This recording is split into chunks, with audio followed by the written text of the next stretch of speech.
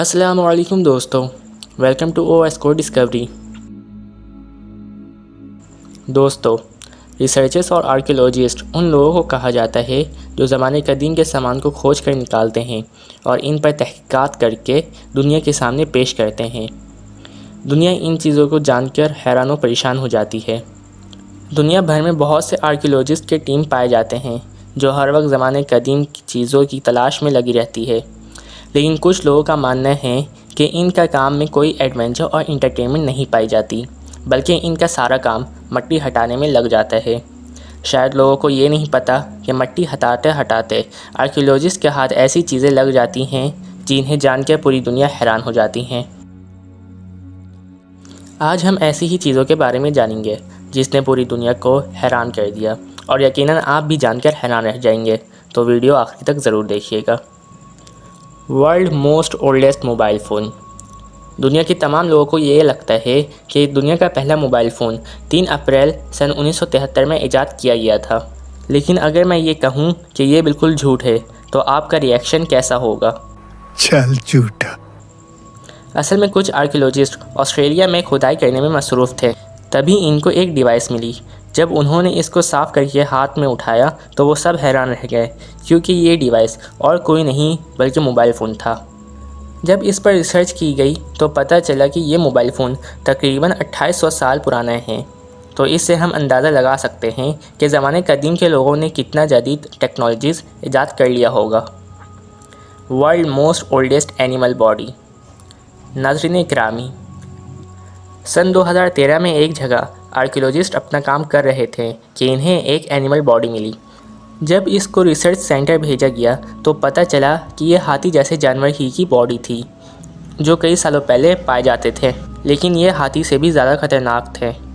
Archaeologist اور research team اس body کے ملنے پر حیران نہیں تھے، بلکہ اس بات پر حیران تھے کہ یہ باڈی اتنا پرانا ہونے کے باوجود اتنا تازہ کیسے ہو سکتا ہے۔ جبکہ اس باڈی پہ کچھ کٹس بھی لگائے گئے تو تازہ خون نکلنا شروع ہو گیا۔ میں آپ کو بتا دوں کہ یہ باڈی کسی برفیلے علاقے میں نہیں ملی تھی، بلکہ زمینی علاقے سے ملی تھی، تو اصولاً اس باڈی کو ڈیکمپوز ہو جانا چاہیے۔ بہرحال اس کا جواب آج تک نہیں پتہ چلایا جا سکا۔ Human skeleton.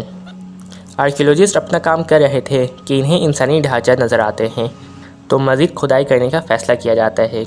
جب اور گہرائی تک کھدائی کی جاتی ہے تو انہیں بہت انسانی ڈھانچے ملتے ہیں جو آج کے انسانوں کے برابر 4 گنا بڑی تھی۔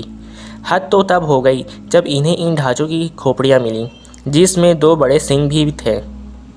بہرحال ان ڈھانچوں کا پتہ ابھی تک نہیں لگایا جا سکا کہ یہ کتنا سال پرانا ہے۔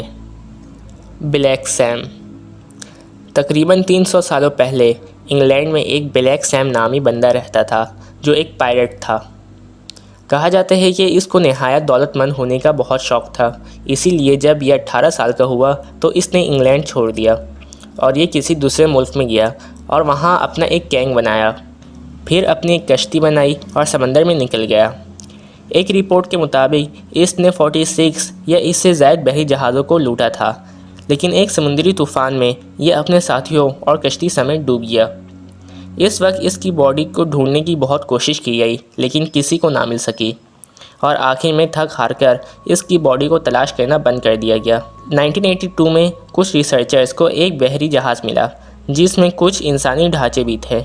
جب اس سب کی تحقیق کی گئی تو پتہ چلا کہ ان میں ایک بلیک سیم کا بھی ڈھانچہ تھا جس کو اتنے عرصے بعد ڈھونڈ لیا گیا۔ مسٹیریس کافن۔ 1970 میں ریسرچرز کی ایک ٹیم سائبیریا میں گہری کھدائی کر رہی تھی کہ انہیں ایک کافن دکھا۔ اس کافن کو نکالنے کا فیصلہ کیا گیا کیونکہ یہ کافن پتھر سے بنا ہوا تھا، اس لیے اس کو نکالنا بہت مشکل تھا۔ بہرحال اس کو نکال لیا گیا۔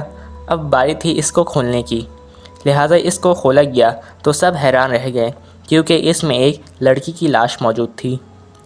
اس لاش کو دیکھ کے ایسا لگ رہا تھا کہ یہ کچھ گھنٹے پہلے کی ہے، جبکہ اس لاش کے ساتھ ایک پنک لیکوڈ بھی موجود تھا۔